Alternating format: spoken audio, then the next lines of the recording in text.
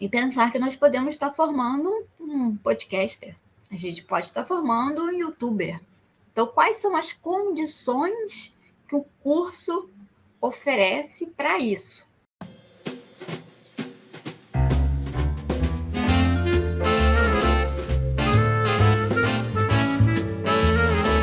Boa tarde a todos, todas, todes que acompanham o projeto A História em 60 Minutos. Essa é mais uma entrevista do projeto, né? Um projeto de extensão do Departamento de História do SERES UFRN, em parceria com o Programa de Pós-Graduação em História também do SERES UFRN, e com o apoio institucional do GT de Teoria da Ampul Brasil e também da Sociedade Brasileira de Teoria e História da Historiografia, a SBTHH.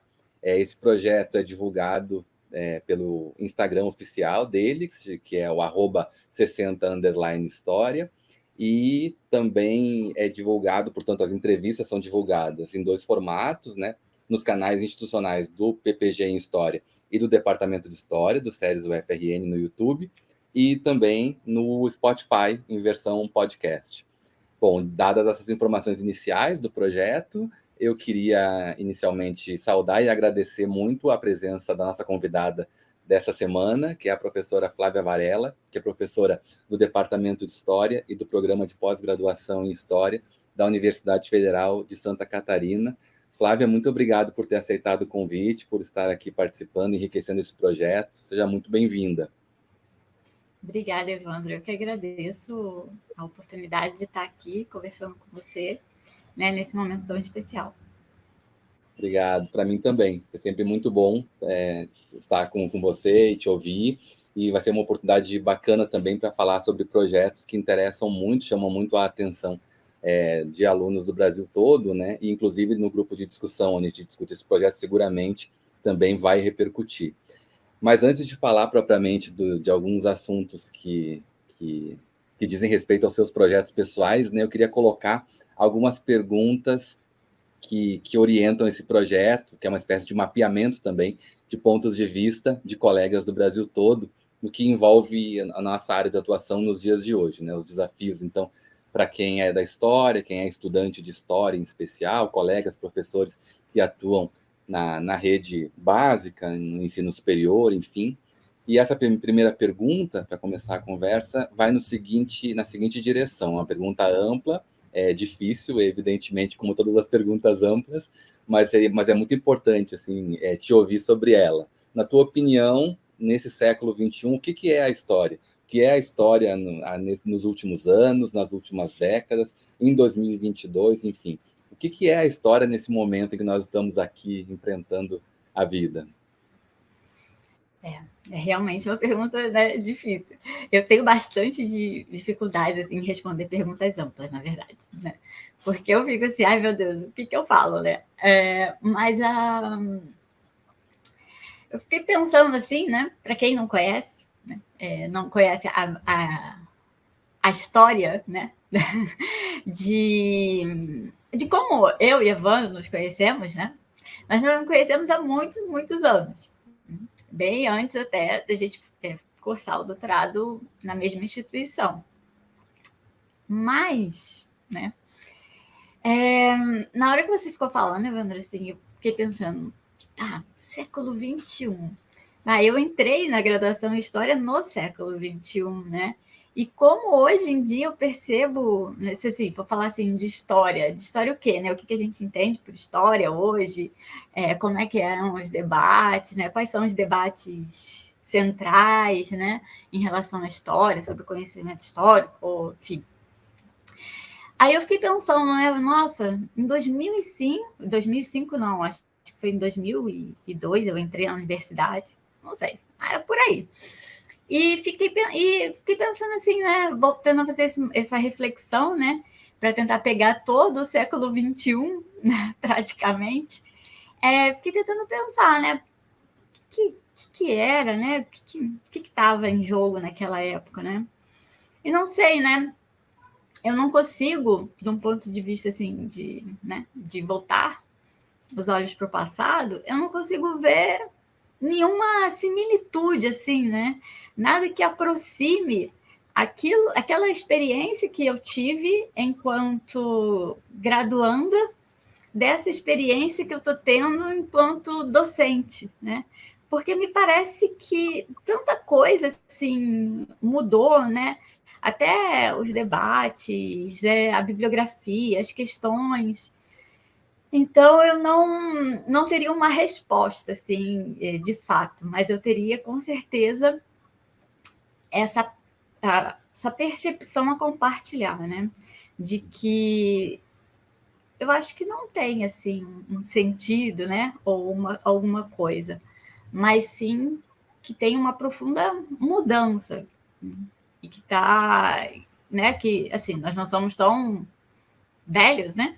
Mas já não consigo reconhecer como possível dar uma aula de história como me foi dado, né? E também discutir aqueles problemas nos quais eu também participei nas aulas, né? Eu acho que a gente mudou muito o enfoque, né? Mudou muito.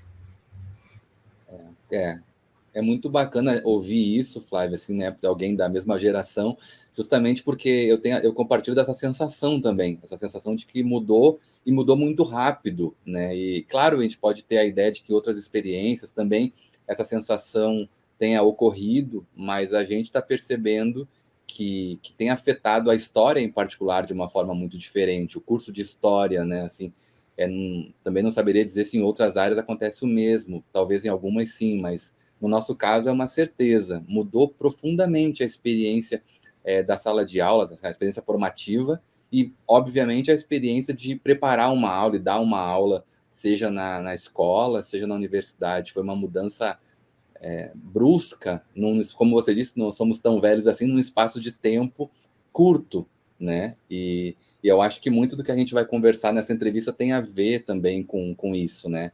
Tem a ver com as mudanças que vêm ocorrendo. Mas já que a gente vai falar de várias mudanças que vêm ocorrendo na disciplina ao longo da nossa conversa, queria começar com um corte, então, um pouquinho, você refletisse um pouquinho sobre um aspecto que tem a ver com isso que você já sinalizou, de como mudou e como mudou rápido, como mudou a experiência formativa, como mudou a experiência da sala de aula, das experiências de pesquisa, os temas, enfim. Como é que você avalia, então, nesse processo de disciplinarização, como é que isso foi afetado, né? O que nós ganhamos e o que nós perdemos? A própria experiência do campo no qual nós atuamos mais diretamente, se você quiser usar como um espaço de recorte também, assim, o campo da teoria e da história da historiografia, né? Como é que você avalia, assim, em termos disciplinares, o que nós ganhamos, o que nós perdemos, quais são os limites da disciplina nesses desafios desse século? Uma outra pergunta difícil. Mas principalmente da nossa área, né? Porque a nossa área é muito, acho que é uma área talvez muito ligada à própria disciplinarização, né? A gente, enquanto área, surge nesse processo de disciplinarização, né? Então, se a gente fosse fazer, quem sabe, uma história da teoria da história, talvez a gente começasse justamente aí no século XIX, né? Com todas as reuniões, né? Os debates mais quentes sobre métodos, sobre o que é a história em si, né? Não que esses debates não existam antes, mas eles começam a ganhar bastante centralidade, né? Mas, pensando assim de uma forma talvez mais ampla, né? É sempre muito difícil avaliar o que a gente ganha e o que a gente perde, né? Principalmente assim, no nosso caso, a gente não viveu o que nós perdemos, né? Porque nós já estamos num franco processo de disciplinarização. A gente nem mesmo aquela... Às vezes, né, a gente ouve assim, professores mais velhos falando agora a gente está com... Existe um processo de especialização muito grande na área da história, né, no qual não tem mais aqueles Sérgio Buarque de Holanda capazes de fazer uma grande narrativa, né, sobre a própria história do Brasil, enfim. Mas né, assim, eu não me recordo dessa época, que já era uma época no Brasil, né, na qual o processo de despenalização estava em curso, né, mas eu já nasci, né, para o mundo acadêmico nessa especialização de fato, né, no qual a gente não tem uma área, uma sub-área e tudo mais, né? A gente já tem um sistema de pós-graduação muito consolidado, no qual permitiu essa especialização, né? E tem um alarme aqui tocando, não sei se vocês estão ouvindo. Espero que não seja nada grave. Mas então é sempre um pouco um exercício de imaginação, né? Saber o que nós perdemos, porque eu não tenho muito parâmetro, a não ser a leitura de textos, conversa com outras pessoas que viveram essa outra realidade, ou uma realidade da não especialização, ou uma realidade ainda de início de especialização, né? Mas uma coisa que eu acho que talvez, eu acho essa pergunta muito boa, porque assim, colocar essas questões de o que nós ganhamos e o que nós perdemos, né? Eu acho que nos faz ver também que a gente não tem, cada realidade, né, tem perdas e ganhos, né? Assim como a gente não tem mais um Sérgio Buarque de Holanda, né? Um Sérgio Buarque de Holanda não é mais possível dentro da universidade brasileira, apesar da gente ainda fazer alguns esforços nesse sentido. A gente não poder ter significa também que nós podemos fazer pesquisas muito mais detalhadas, né? Muito mais acuradas também. Então, acho que a verticalização da especialização, ela também permitiu um conhecimento mais aprofundado sobre tópicos, né, que eram, digamos assim, né, pequenos para as grandes sínteses, né? E sem eles não teria, né? Acho que a gente não teria tantos avanços na compreensão do passado, né? Agora, claro que isso causa esse sentimento um pouco, né, de nostalgia do que nós perdemos, né? Porque nós não temos mais como fazer essas sínteses, né? Não só nós não somos mais treinados para elas, como nós estudamos fenômenos muito pontuais, né? E daí vem essa questão, né? Que às vezes, enfim, vem em forma um pouco de questionamento, né? E de autocrítica. Mas nós não sabemos mais falar com as amplas audiências, ou, né, nós não sabemos mais falar para fora da universidade. Mas, né, nós de fato não sabemos, né? Nós não somos formados para isso, num curso de história. Nós somos formados para falar para alunos. Normalmente, nós somos formados para falar com alunos. Sejam esses, na verdade, não, alunos do ensino fundamental, né?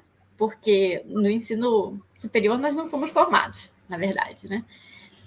Mas nós somos formados para isso, para falarmos para alunos que têm uma linguagem muito diferente, né? Assim, se você está ensinando, você fala de uma forma muito distinta daquela, né, de uma apresentação que não é didática no sentido do ensinamento, né?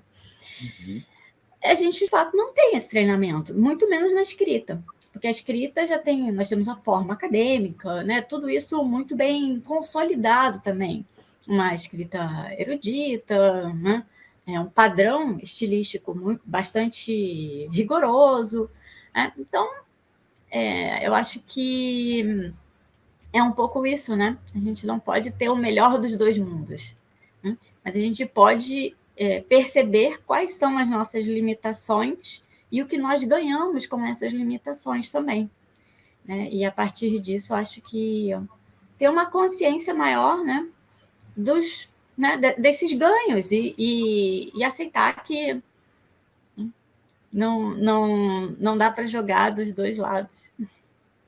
Exatamente. A tua resposta me fez pensar em, assim, no quanto, de fato, as transformações estão acontecendo em simultâneo e as experiências mudam, e como é, de fato, importante a gente reconhecer esses limites, porque justamente reconhecendo esses limites a gente consegue tentar encontrar, na medida do possível, algum tipo de negociação, né? Porque quando você disse, olha, as pesquisas mais verticalizadas permitiram a gente observar fenômenos que um estudo de síntese raramente daria espaço. E isso também tem até eu fiquei associando, enquanto você falava, uma dimensão política, assim, do quanto historiografias, temas, né, que são muito importantes hoje, inclusive para a transformação do campo e para um acesso a outras audiências, ou supostas outras audiências, que as obras de síntese dificilmente permitiriam. E mesmo quem produzia aquelas obras conseguiriam fazer, né? Então, é bom até para a gente ver os limites, assim, das formas, que tá colocado em todas elas. Eu entendi assim a sua resposta, né? Tem limites tanto na especialização, como havia limites também nas grandes sínteses, nas grandes narrativas, que também a gente tem que reconhecer, excludentes, né? Por vários motivos elas também eram excludentes, não é? Então, eu acho que esse é um ponto bem interessante que a tua resposta traz para a gente pensar, né, essa série de mudanças e as consequências e, de fato, esse ponto, né, que normalmente nós somos treinados para pensar uma aula e uma forma de apresentar uma ideia para um grupo determinado, um grupo controlado de pessoas, né, que vai ter acesso àquilo, e que não é a mesma coisa de você pensar um outro tipo de atividade para públicos variados, se é que é possível pensar uma mesma atividade para públicos variados, provavelmente. Né, tem vários profissionais de várias áreas passando por esse dilema de como falar para esses públicos, para os públicos que são os públicos, por exemplo, da internet, são públicos de nicho, assim, digamos assim, né? Não tem a ideia daquela audiência única, como eram os outros veículos de comunicação, tipo rádio e televisão. Fala-se para alguns grupos em particular, né? Mas aproveitando, então, já que você pontuou muito também essa diferença, né, da sala de aula, do ensino, e de como nós somos treinados de fato para converter aquele conhecimento em aulas para o ensino fundamental, e que para o ensino superior não se coloca muito um processo formativo, né, para pensar o que seria, então, uma aula para o ensino superior. Qual é a importância, então? Qual é a importância? Pode ficar livre para falar tanto para o ensino básico quanto para o ensino superior. Qual é a importância do ensino de história hoje, né? E na tua opinião, pensando então o ensino de história, o que falta e o que sobra, ou quais são os limites dos currículos, assim, queria a tua opinião sobre os currículos que formam profissionais de história, assim, hoje em dia. Tenho muitas visões sobre esse assunto também, tanto do ponto de vista da universidade, quanto do ponto de vista, né, desse espaço formativo anterior, né? Mas nós temos uma grande, eu acho que assim, é uma demanda urgente, ao meu ver, né, que nós temos, enfim, limitações de pensá-la, e é uma coisa muito difícil e complexa, mas eu acredito que nós deveríamos rever, né, principalmente para mim na área de teoria, né, mas a gente deveria rever a questão da periodização e da divisão das épocas históricas e dos períodos históricos e da abordagem centrada em estados nacionais, né? Que, enfim, a gente tem aqui, por exemplo, a disciplina de História da África. Que sentido tem isso, né? Assim, não sei. A gente ainda tem história medieval, e aí o Brasil começa assim, fatiado, né? Republicano, império. Então, isso leva a percepções muito distorcidas, não só da importância, né, de certos temas, né?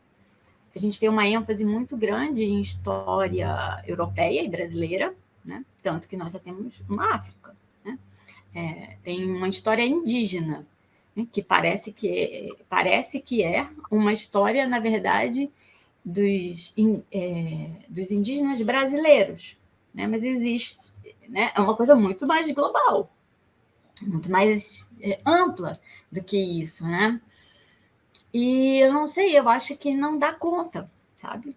A verdade é que eu acho que não dá conta da ao menos da percepção atual da historiografia acadêmica, ela não consegue ser passada, né?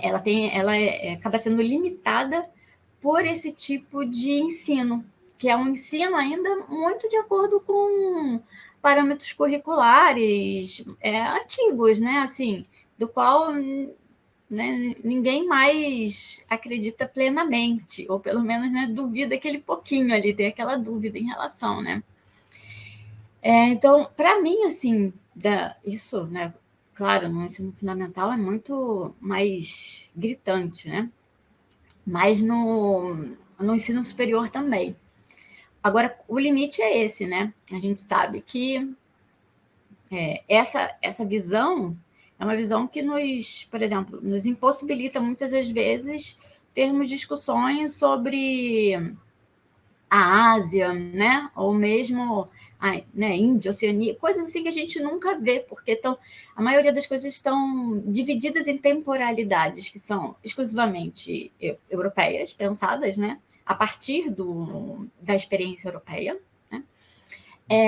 E que são circunscritas a partir de estados nacionais, né? De espaços geográficos muito específicos também.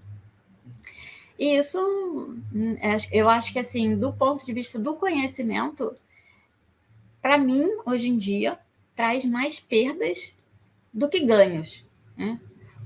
Porque eu acho que se nós tentássemos reformular não só os nomes, mas as próprias concepções das disciplinas, né?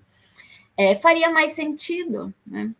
Eu acho que teria, inclusive, mais sentido para quem aprende história, né? Porque a gente vê uma profunda desconexão dos alunos com história, isso no ensino fundamental, e que se a gente vai ver também no ensino superior, né? Porque tem uma dificuldade muito grande, por exemplo, com cronologia, né? Com questões assim que são elementares, né? E tem uma grande dificuldade mesmo, né? E da onde vem essa dificuldade? Essa dificuldade me parece que também perpassa esse tipo de fatiação histórica, né? Então, a pessoa consegue entender um renascimento aconteceu na Europa. Mas e aí, o que estava acontecendo aqui? Qual é a ligação do Brasil? Porque aí depois, daqui a 3 semestres, né, na graduação, ela vai ver a parte do Brasil, né? E aí não tem conexão e vira, assim, uma confusão, né? No final. Então, eu acho que, assim, do ponto de vista do ensino, tanto universitário quanto, né, ensino superior ou fundamental, eu acho que falta esse trabalho, assim, investir mesmo. Investir em outras formas, porque essa forma, a meu ver, já está completamente... Assim, a gente já esgotou, né? Já viu os limites dela. Agora falta dar o passo à frente para tentar, né, uma outra abordagem, mais de acordo com aquilo que a nossa percepção, né, do mundo, como explicar o mundo hoje em dia, como explicar a história hoje em dia. Né? Não, a gente, né, acho que teria muito a ganhar tentando uma explicação histórica mais próxima da nossa visão do século XXI, do que é a história. Né? E acho que seria uma forma também da gente se reconectar, né? e tornar a própria utilidade da história, a própria importância da história mais visível e mais compreensível desde o início, né? Que eu acho que talvez isso não fique muito, muito claro, né? Acho que, assim, em linhas gerais, eu acho que seria um pouco assim, por aí, né? Aceitar esse desafio.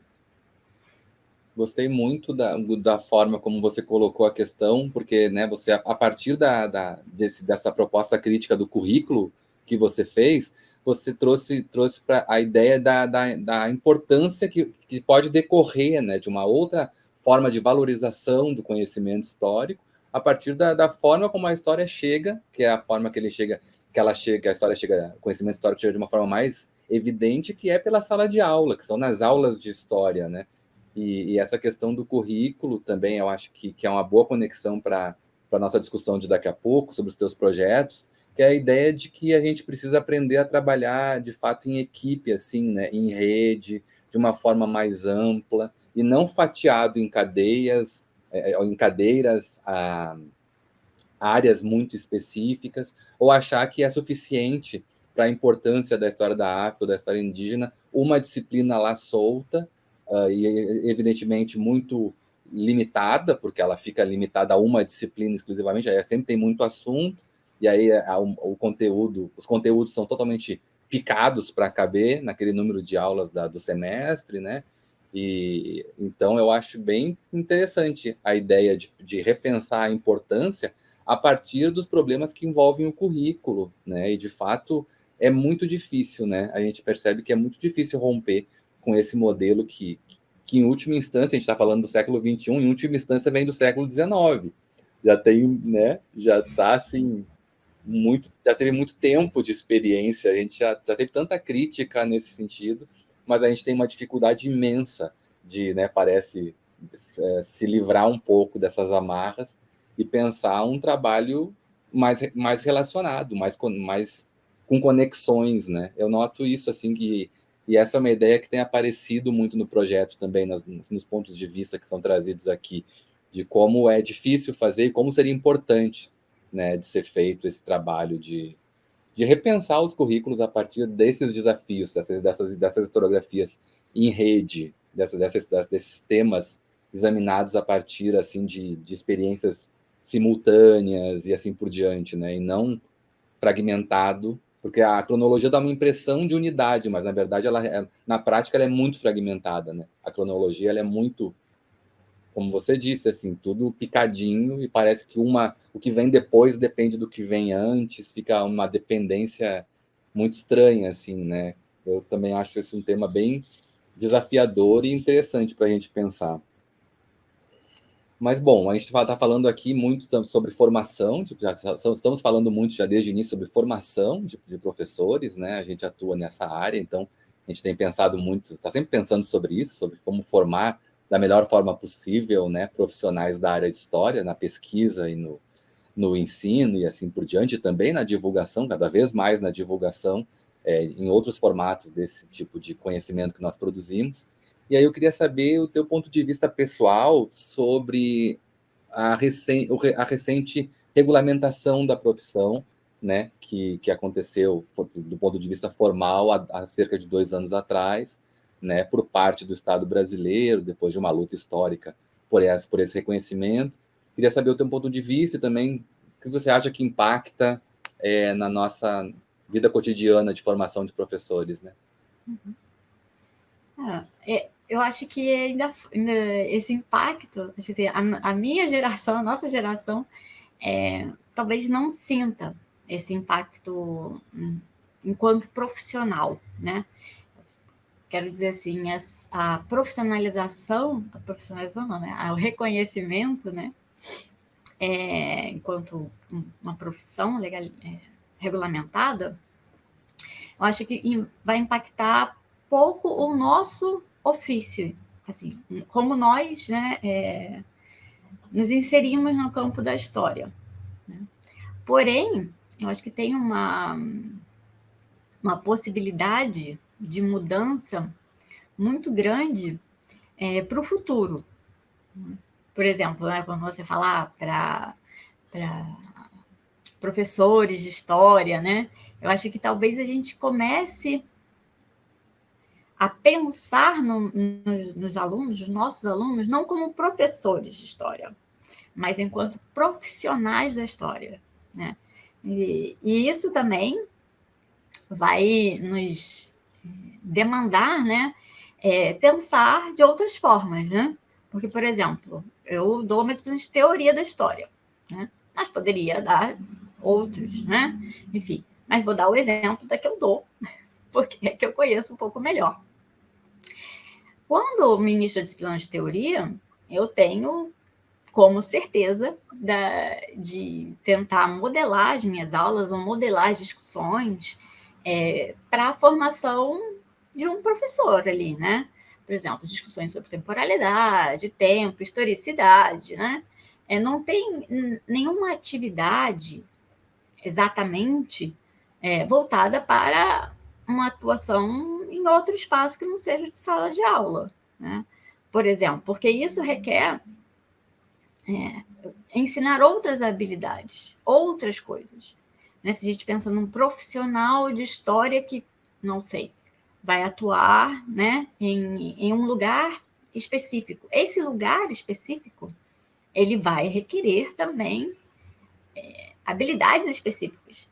Né? Assim como nós temos diversas disciplinas de licenciatura para formar um licenciado, porque ele precisa ter uma base, a gente também precisa para outras atuações. Por exemplo, se a gente for, não sei, levar a sério essa questão e pensar que nós podemos estar formando um podcaster, a gente pode estar formando um youtuber.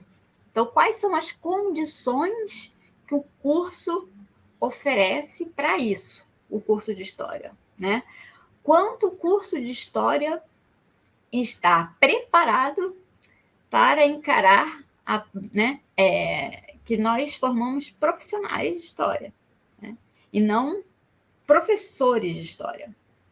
Então, essa é uma discussão que também pode ser, acho que avançada, né, com a regulamentação da profissão, né? Mas, mais uma vez, né, isso requer pensar toda essa nossa estrutura curricular, né, que não é do século XXI, que não está alinhada com os nossos desafios, né, com as nossas linguagens, com as nossas formas de conhecer, né? E mudaram muito, muito mesmo. Então, acho que passa um pouco, né, por isso, da gente assumir que ser historiador pode ser algo além do que ser professor, seja no ensino superior, né, seja no ensino fundamental. Então, acho que esse talvez seja um grande ganho, né, que eu espero que as próximas gerações tenham, né, que possam se ver e se enxergar, pensar em fazer um vestibular para a história, sem necessariamente ser um professor, né? Podendo ser outra coisa e ser professor. Sim. E a importância de que a gente produza pesquisa também nesse sentido, né, Flávia? Assim, o quanto a gente precisa, o que eu acho que a gente pode oferecer em termos assim, né, mais diretos, produzir pesquisas voltadas para pensar isso. Eu concordo com você, eu acho que esse impacto ele não é imediato, não é assim, uma lei foi aprovada há 2 anos e a gente começa a sentir agora, né, ainda mais a gente que está atuando nessas frentes nas quais nós atuamos, na universidade e tal, com determinadas preocupações. Mas, de fato, isso se apresenta, em termos de futuro, como uma realidade que a gente tem que pensar. Tem que pensar, né, o mundo do trabalho de uma outra forma, e aí envolve repensar o currículo e a produção de pesquisa, de conhecimento e de experiências. Eu acho que eu tenho a sensação que nós estamos vivendo muito isso, né, nesse momento. Até os próprios movimentos, eu acho que tanto que você fez nas suas pesquisas, e eu acho que eu também, de uma certa forma, tento fazer o tipo de olhar para uns problemas que não são necessariamente ligados, por exemplo, àquilo que nós pesquisamos na nossa tese de doutorado, quer dizer, né, um movimento outro que tem a ver com o que está colocado como uma urgência para agora, né? Produzir pesquisa sobre isso. E aí eu queria aproveitar para colocar a próxima pergunta, que vai no sentido justamente esse, dos seus projetos dos últimos anos, né? Eu acho que eu queria, se você concorda, que a gente começasse, então, falando um pouquinho sobre como você se aproximou, né, dessa discussão que envolve as humanidades digitais. Em particular, claro, eu estou remetendo aqui a um projeto que já é bastante conhecido, pelo menos no campo da teoria, da história da historiografia, os estudantes e os colegas do Brasil já conhecem, o projeto que envolve a Wikipédia, né, que envolveu até pouco tempo atrás um projeto de extensão, que ainda é encaminhado, né, por você. Tem o artigo, que é um artigo de divulgação publicado na Revista Brasileira de História, que você publicou junto com o professor Rodrigo Bonaldo, seu colega de departamento, né, sobre o projeto Teoria da História na Wikipédia. Queria ouvir um pouquinho sobre essa aproximação, sobre esse projeto, para depois a gente avançar um pouquinho sobre esse assunto também. Uhum. É isso, assim, foi uma tentativa assim, minha também, né? Nessa esteira aí, de tentar sair um pouco desse nosso modelo, né? Porque foi uma inquietação muito grande quando eu cheguei na universidade enquanto docente, pensar as formas de avaliação, né? Quais são as formas de avaliação tradicionais, né? É um seminário, uma prova, né? Uma resenha, fichamento, coisas desse tipo, né? Eu achava isso tudo muito bonito, muito legal, mas muito pouco compartilhado, né? Principalmente, eu acho que veio de uma reflexão minha, né? Em relação aos meus próprios fichamentos, né? Porque eu olhava aqueles fichamentos assim, não só olhava fichamentos de 3, 4 anos atrás e não conseguia entender mais nada, né? Do que, assim, não era a mesma coisa que ler um resumo do livro, né? Não era, como a minha santa ignorância achava. Como também eu olhava aquilo e falava assim, nossa, né? É um trabalho assim que fica só comigo e não fica com mais ninguém, né? Ele tem uma vida muito curta e poucas pessoas, na verdade, se beneficiam dele, né? Tá certo que a gente está num processo de aprendizado, né? E que é importante para o aluno, enquanto processo formativo e tal, né? E para o professor também, que está ali aprendendo como avaliar, como, né, quais são os aspectos que precisam ser pontuados. Então, está todo mundo num processo de aprendizado também, né? Mas eu fiquei pensando que talvez desse para pensar, né, assim, outras formas, né? Então, o que eu fui pesquisar na internet, né, como todo mundo faz, formas de avaliação. E, assim, a frustração era total, porque não conseguia achar, e principalmente para o ensino superior, as propostas são muito limitadas, né? Acho que hoje em dia, com essa experiência de praticamente imersão digital que nós tivemos que fazer na pandemia, as coisas melhoraram um bocado, assim, né? Mas uma grande, grande maioria, isso em 2015, né? Dessas questões didáticas que eu achei, de avaliação, eram para o ensino fundamental. Quase nada falava de ensino superior. Aí eu estava assim, já meio desiludida, né? Mas nessa pesquisa, eu achei um artigo da Juliana Bastos Marques, que ela falava de uma experiência de edição de verbetes da Wikipédia em sala de aula. Falei assim, isso aqui parece legal, né? Porque é uma forma justamente de fazer o que nós tradicionalmente, né, assim, fazemos na universidade e não restringir esse conteúdo à universidade, né? Deixar ele ali para quem quiser ler, contribuir, melhorar, né? Então no caso seria, eu acho que uma contribuição muito maior nossa, né, enquanto universidade e enquanto processo formativo, do que se restringir. Não é que né, quando eu fiz isso como experiência didática, né, que foi a primeira coisa que eu fiz, não é que eu tenha abolido prova, nunca tenha dado prova, não é isso, né? Mas tentar mesclar um pouco as coisas, né? E aí, a partir dessa experiência, que, claro, não foi tão simples e fácil quanto eu imaginava, e a nossa realidade da universidade, da escrita e tudo mais, não é assim também tão plenamente igual a da Wikipédia, né? Mas nesses erros e acertos, né? Eu achei que foi positivo, né? E foi muito positivo também porque eu acho que deu uma certa visibilidade, assim, né, para a importância dos historiadores, né, atuarem em outros campos também. E, né, eu acho que um reconhecimento também do aluno enquanto um produtor de saber, né? Enquanto um produtor de conhecimento. Porque não é porque eu, por exemplo, dava essa atividade da Wikipédia no primeiro semestre. Então, os alunos chegavam assim muito acanhados, né? Ai, eu estou aqui ainda para aprender. Não, né? Eles também podem, né, produzir, no sentido da Wikipédia, né? Que não é um conteúdo novo, mas você saber entender, expressar e tudo isso é muito importante, né? Então, acho que para mim, o que eu vi muito também foi que os alunos se sentiam muito valorizados, né, enquanto produtores de conhecimento. Eles se sentiam valorizados e reconhecidos, coisa que talvez uma atividade pedagógica como prova não dê tanto essa possibilidade, porque quando você está, né, você, sei lá, vai numa reunião de amigos, uma reunião de família, você não vai lá e leva a tua prova, né? Olha aqui o que eu fiz, né? Mas, putz, você pode falar, olha, eu escrevi esse verbete aqui na Wikipédia, você sabia? Né? Isso gera um orgulho, isso gera um reconhecimento que é muito importante, né? Então, para além também de deixar essa espécie de legado, né, para fazer com que o conhecimento produzido na universidade circule mais, foi um bônus esse, né, que eu, de fato, não vislumbrei, mas que eu achei muito bonito, assim, e muito importante, né, essa valorização do aluno. Né?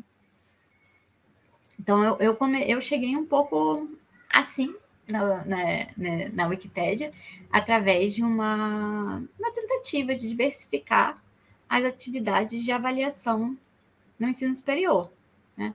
E aí depois, né, fiz essas atividades numa disciplina de História da Antiguidade Ocidental, da qual eu não prestei concurso, mas a gente estava sem professor aqui na UFSC. Então, foi um período, né? E aí eu saí, porque veio um profissional, né, formado na área, e eu falei, gostei tanto disso. E aí o Rodrigo também, né, meu colega aqui, falou, pô, Flávio, esse negócio é legal, vamos fazer aí outra coisa. Aí a gente montou um projeto de extensão, né? Porque tinha tudo a ver, né, com esse diálogo com um público mais amplo, um público não universitário, né? E aí surgiu esse projeto de extensão Teoria da História na Wikipédia, no qual a gente tentou também fazer que fosse uma espécie de grupo de estudos, né? Porque assim como nas disciplinas nós tendemos a fazer avaliações, né, que se encerram praticamente em si mesmo, os grupos de estudo também, né? Acontece fenômeno parecido. Os grupos de estudos na universidade, quando você faz com alunos, né? Tem lá o texto, vocês debatem o texto, todo mundo debate, lê e tal, e é isso, né? Claro, tem aquilo vai passando por um processo de formação da pessoa, né? Mas não, a gente achou que podia ter um passo além, né? E esse passo além era escrever na Wikipédia. Então, a nossa ideia foi... E a gente parou até, a gente tinha um grupo de estudos mesmo, bem assim, tradicional, né? Aí a gente parou com esse grupo de estudos e começamos a editar os verbetes, pensando também nesse espaço de extensão como um espaço de formar pesquisadores em teoria, né? A partir, então, de uma abordagem um pouquinho diferente e chamativa que é a Wikipédia. O projeto é muito interessante, Flávia. E ainda agora percebendo esses desdobramentos, né, que eram até imprevisíveis para você no início, e eu achei interessante que o caminho que você encontrou logo depois da experiência da sala de aula, experiência didática propriamente assim, foi pensar um projeto de extensão que é justamente um espaço, né, assim, que tem uma mobilidade maior para a gente poder pensar caminhos de trabalho nesse sentido. Isso afeta então a dimensão do ensino, né? Afeta também a pesquisa, evidentemente, né? Porque aí é uma outra forma de trabalho, essa forma de trabalho colaborativo, como o próprio artigo, o título do artigo que você escreveu com o Rodrigo, né? Fala sobre negociar autoridades, tem a ver com o que você falou agora também, e com esse trabalho colaborativo, que é uma outra forma de trabalho que permite resultados, desdobramentos diferentes daqueles que aparecem num grupo de estudo tradicional ou numa forma de avaliação tradicional, como a prova, e assim por diante, né? E eu acho isso riquíssimo, justamente por conta desses caminhos.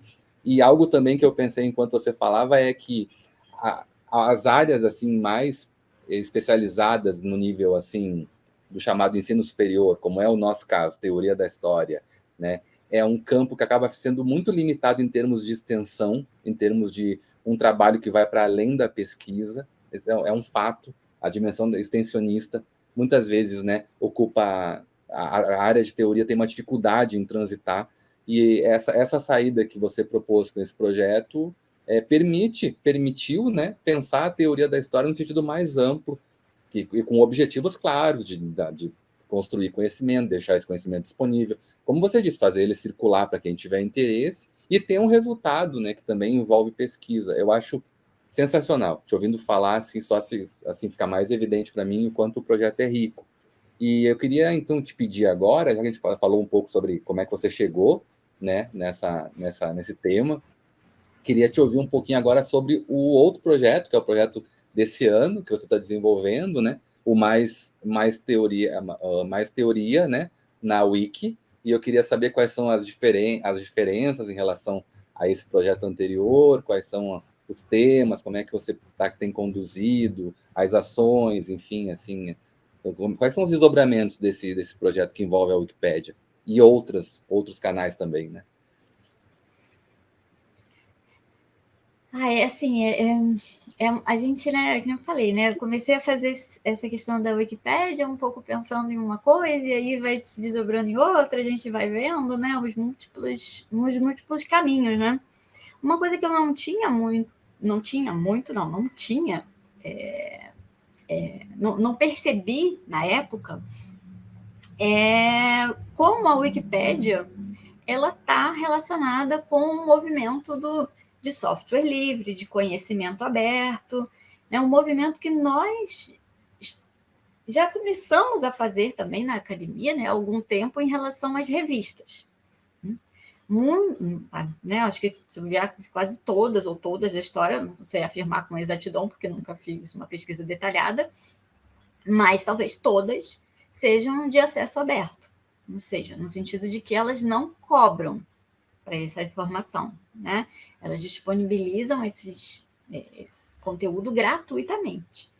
E a Wikipédia também tem esse mesmo princípio, né? Que é um princípio do conhecimento livre, o conhecimento que é possível ser acessado sem você ter que pagar para ler o conteúdo, por exemplo, de uma enciclopédia britânica, né? Ou você comprar um exemplar da Barça, né? Então, essas coisas para mim, estavam escondidas, né? Como a Wikipédia e esses outros projetos que também são gerenciados pela mesma fundação, sem fins lucrativos, né? Que gerencia a Wikipédia, o site, enfim, paga as contas lá para o domínio, né? Elas estão relacionadas, né? Como, na verdade, esse é um movimento de abertura do conhecimento e de que o conhecimento, portanto, seja acessível, fácil, de fácil acesso para todo mundo, né?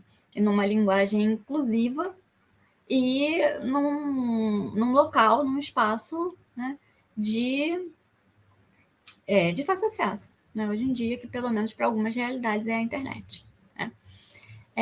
Então, assim, é uma coisa que eu não vislumbrava. E eu comecei a perceber como são coisas próximas, né? E um pouco relacionado a isso, aí eu comecei a conhecer os outros projetos da Fundação Wikimedia, que não tem só a Wikipédia. Tem, por exemplo, o Wikimedia Commons, que são fotos, né? Fotos também de conteúdo livre, porque a gente acha que, às vezes, a gente acha assim, não, a foto, se está na internet, é de domínio público, né? É meio que assim. E não é. E também não tem a compreensão de que nós, enquanto fotógrafos amadores, né, somos também detentores dos direitos autorais sobre as nossas fotos, né? Então, para que seja possível citar adequadamente e tudo mais, a gente precisa carregá-las num local que possibilite que elas sejam utilizadas, né? Por exemplo, uma foto que é tirada por um repórter, né, por um fotógrafo do jornal o Globo e publicado numa matéria do jornal o Globo, ela não pode ser veiculada em outro local, porque ela tem direitos autorais, né? E no Wikimedia Commons não, você vai lá enquanto fotógrafo amador ou alguém enquanto fotógrafo profissional, né, e deposita ali, né? Então, é um mundo no qual tem uma profunda correlação com a divulgação do conhecimento, né? E foi um pouco isso que eu comecei a ver, né? Como a gente precisa debater muito mais e aprofundar essa nossa relação da universidade com, né, levar mais a sério, assim, né, a questão do conhecimento público, gratuito e de qualidade, né? E como esses espaços, né, desses projetos todos, como a Wikipédia ou Commons, eles são espaços alinhados com isso, né? São espaços colaborativos, abertos, de diálogo, né?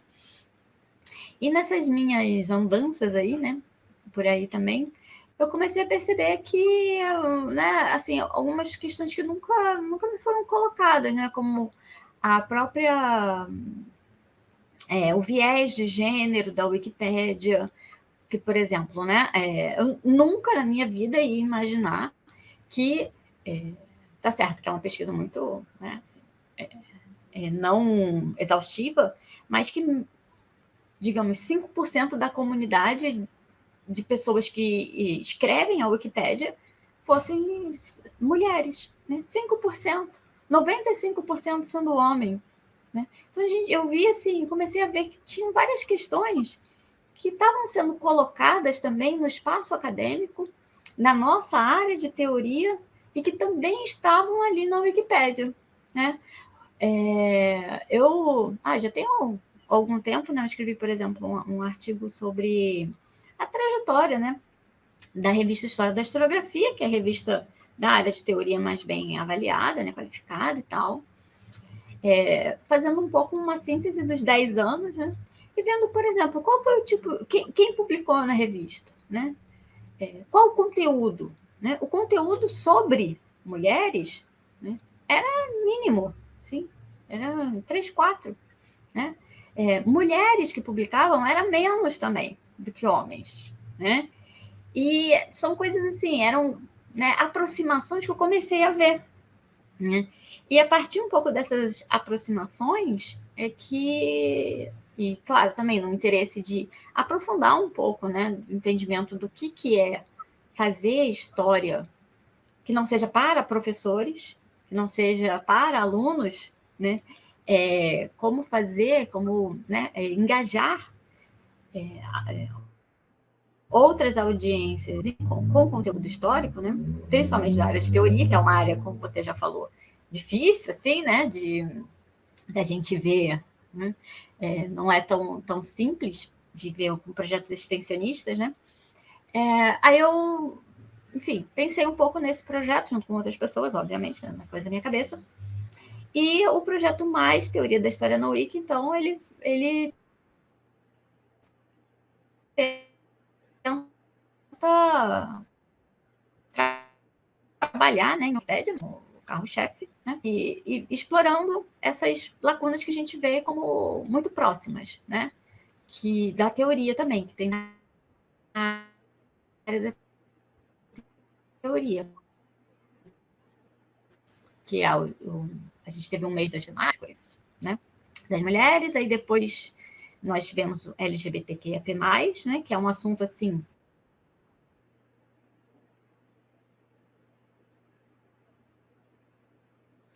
né, a gente pode falar assim, mais, né,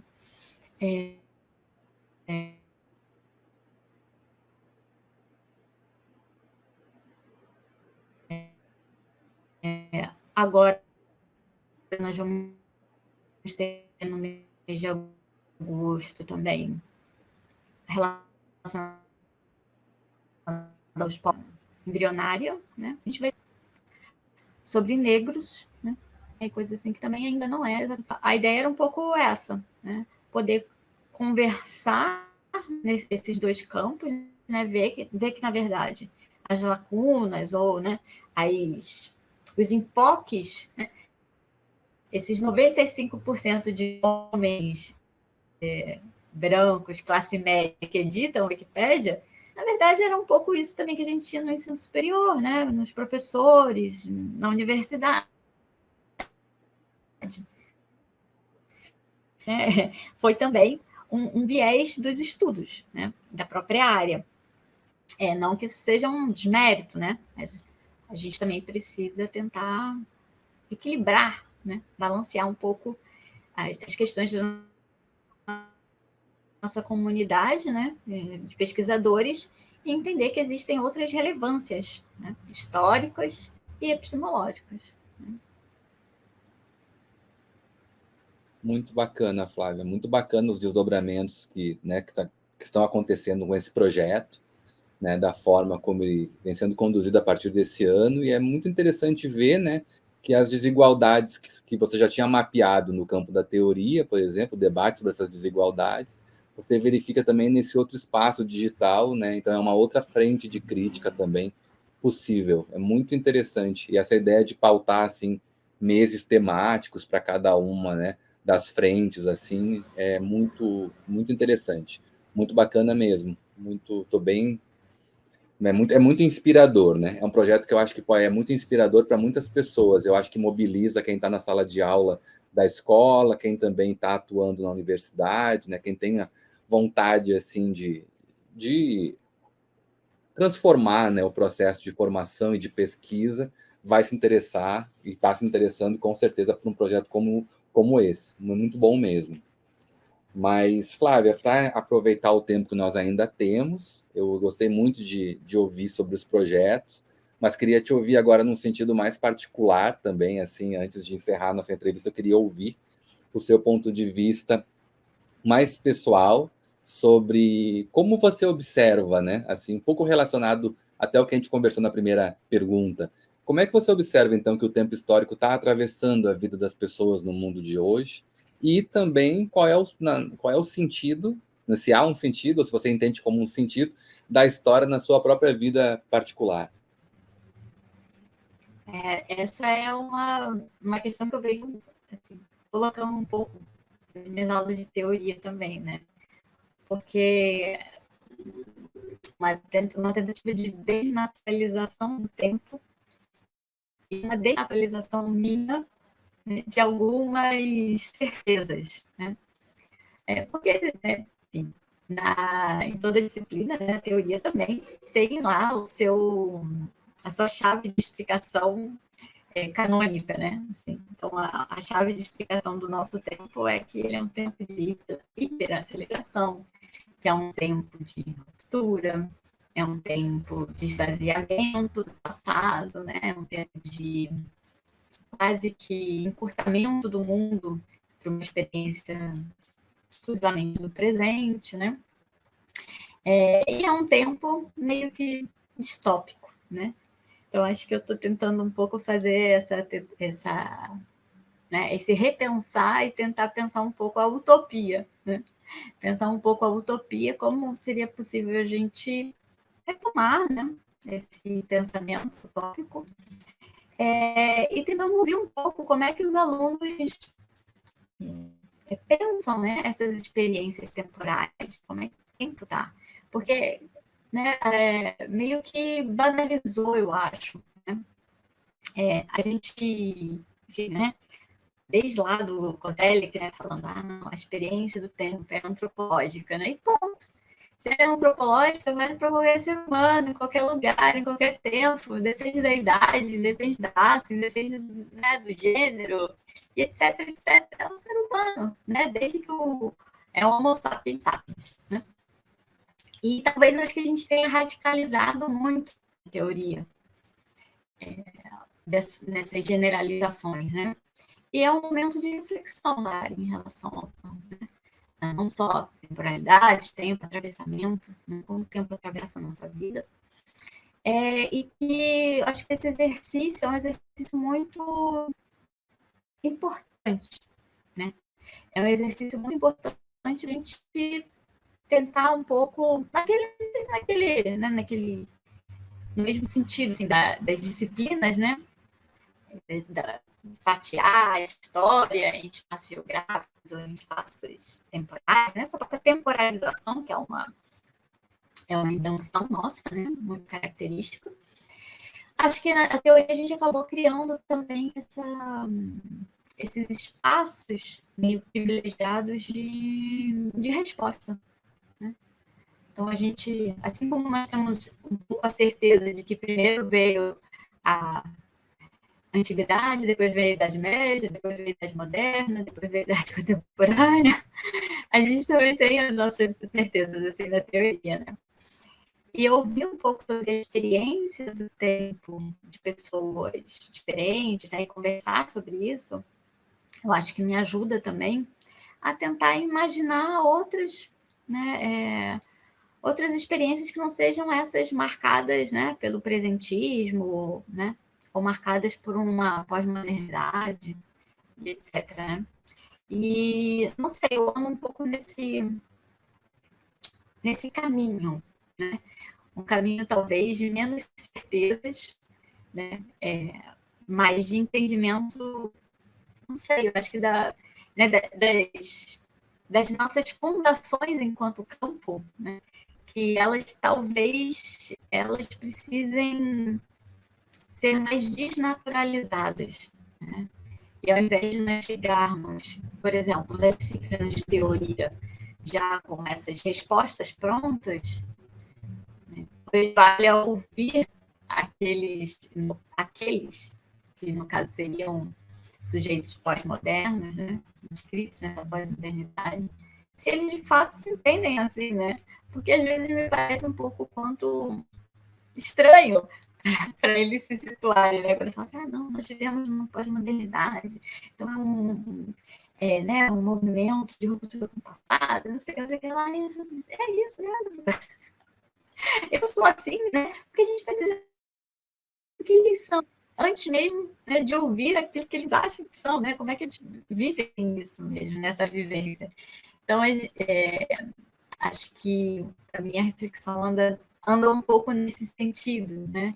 De como é que não está havendo uma conformidade ali, a gente está fazendo um pouco esse movimento que a gente tanto critica nas escolas e tal, né? De padronização. Né? A gente não passa, na verdade, de moldes, né? Que estão sendo encaixados em pessoas, né? Esse conhecimento ele não está sendo libertador, não está sendo transformador. Ele está sendo, né, só uma forma, né? Um molde para entender e encaixar todas as realidades. Né? Ok, Flávia, muito obrigado pela entrevista, foi excelente, gostei muito, muito mesmo de fazê-la com você.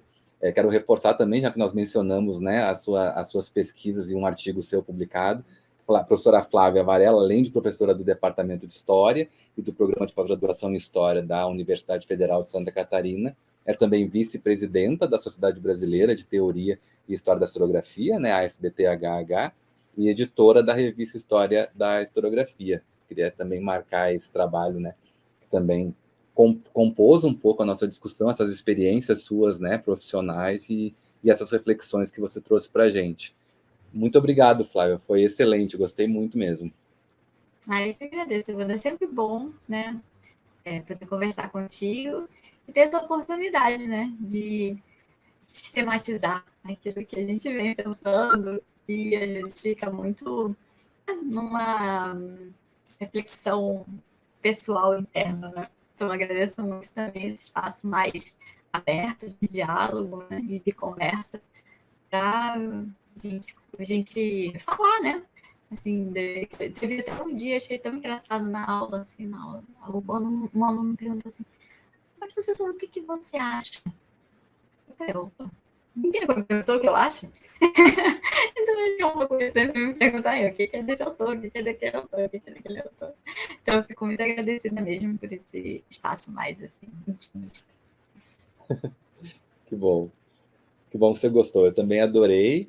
E, bom, né, o projeto continua, né? Nós temos as nossas entrevistas aqui até o final do ano, semanais. Reforço o agradecimento à professora Flávia Varela por essa contribuição excelente ao projeto. E nós voltamos, então, com mais uma entrevista, sempre às sextas-feiras, às 17 horas, que é o dia e o horário em que nossas conversas entram nos canais do YouTube, da UFRN institucionais, né, dos séries UFRN, e também no Spotify. Muito obrigado para quem nos assistiu, para quem vai nos assistir também depois, no futuro, porque fica gravado. E até a próxima. Tchau, tchau.